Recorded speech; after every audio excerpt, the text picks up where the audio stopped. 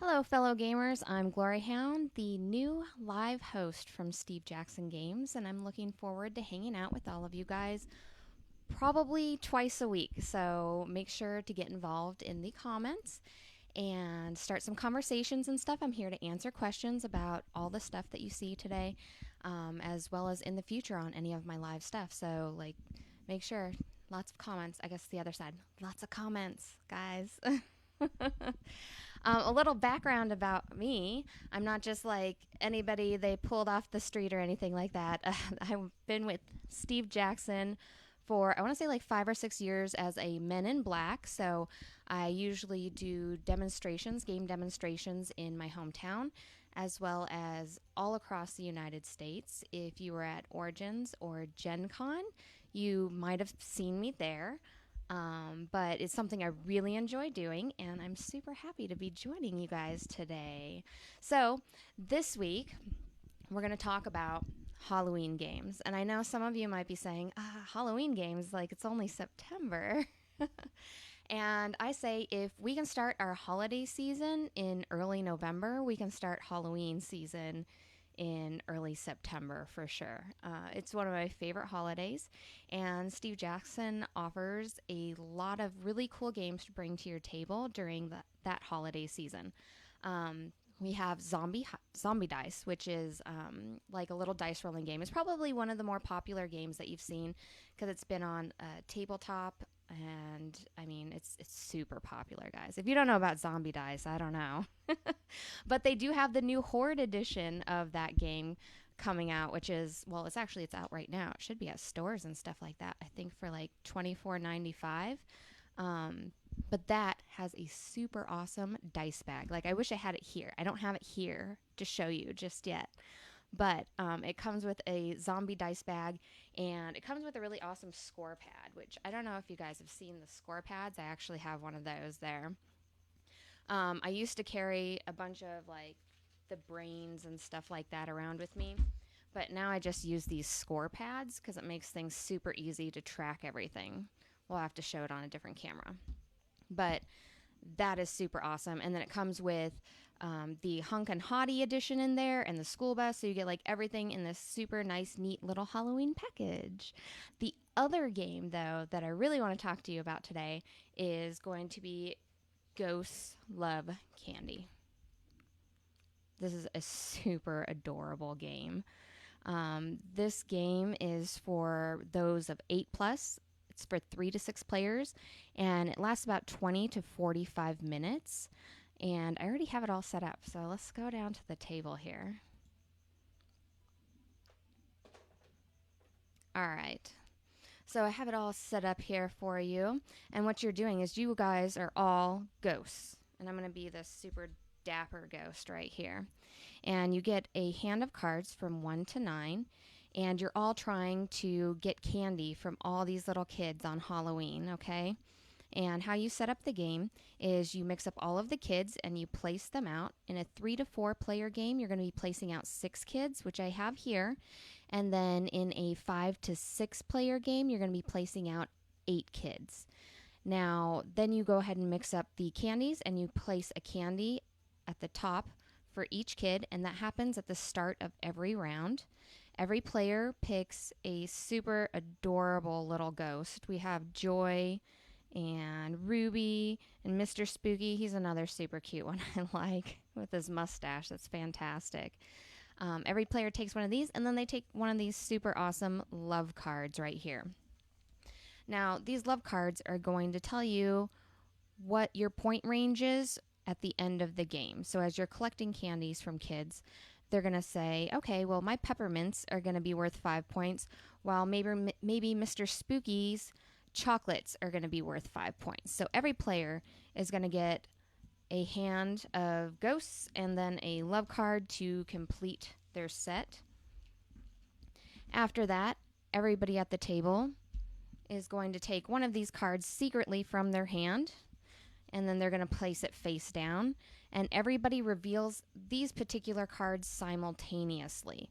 these are going to show you the order in which everybody is going to start the round, okay? So whenever you turn it over, whoever has the highest card, that person gets to haunt the little kids first, okay? In this case, I'm going to say that I'm going first on this, okay? What you do is that you then take this card and you place it under one of these little kids here, okay? Now, whenever you place it under a kid, keep in mind, peppermints are really good for me. I get the candy, so all of the candies on top, those go into my stash. And then a special ability goes off right here. Now, blue abilities like this one here go off immediately, while yellow abilities have a sort of condition on when they go off. But right now, I may swap one candy from my stash for one candy on any kid in the neighborhood. So if I hadn't gotten this peppermint, I could have switched it out right now. I really enjoy this feature of the game right here, where people are using these card abilities to manipulate the game. Okay, so after I place my card, then the next lowest person would place theirs. So 5, 4, 3, 2, 1. Once everybody has ghosts out, then we would start a new round. Now, keep in mind, as you're haunting little kids and taking their candy, which is like every adult's dream maybe, I don't know. I know it's my dream sometimes because I love scaring my kid, okay? But you can tip the tide by scaring the kid, which is a bad thing in this game, okay? So each of the kids here have little points on the side, and once you meet or exceed those points with ghost cards as you go down, because people are going to start placing cards as you go down like that, whoever is on top meets or exceeds the card, they get that card, and that's going to be a negative 2 points for them at the end of the game, which kind of sucks. That's terrible. So it's a little bit of like, you're trying to maneuver your cards on initiative order, as well as you're trying to maneuver them around the board to do the different aspects on the cards, and then you're also trying not to scare the kids away, because you want the kids to keep coming back and like giving you candy, right? Once you do exceed one of the cards, everybody's cards go back to their hand, okay? The little kid, they go into your stash with any candy, and then this gets refilled, okay? Once everybody's put out all their cards, then we start the round by filling up and loading up everybody with more candy. And that's how you play Ghost Love Candy. Like, this game is super simple to play, but it has a lot of dynamic to it. Do you replace the stolen candy? You do not replace the stolen candy until the end of the round, Chris. Yeah. So at the beginning of that round is whenever the candy ends up coming out. And as soon as a kid has been scared, a kid comes out. So the way it works is you put out your cards, and after you put out your card, you immediately check and see if anybody's been scared, and then you start that process of, okay, now the kid gets put into the stash, and then we go around, and then at the end of the round, then new candy comes out on that. Yeah, I really like the mechanics in this game, Chris. They're pretty easy to use and like manipulate the board up here. Like, I was looking at some of the cards, and they have ones where you can give other people this kid card and stuff, so you actually want to scare them and get them out. They have just, this is what makes the game right here. And not only that, the art is so colorful and adorable. Like, I love it. This is an excellent game, like I said, for ages 8+, or really, I mean, anybody that can read the cards, any kids that can read the cards, they can definitely play this game if they're used to a little bit of like the take that mechanics and things, because they have to be used to that. Absolutely, Chris. Thank you so much for watching, okay? But this is going to be my Halloween game. You can bring it to the table at any time, but Halloween's the best, okay, guys?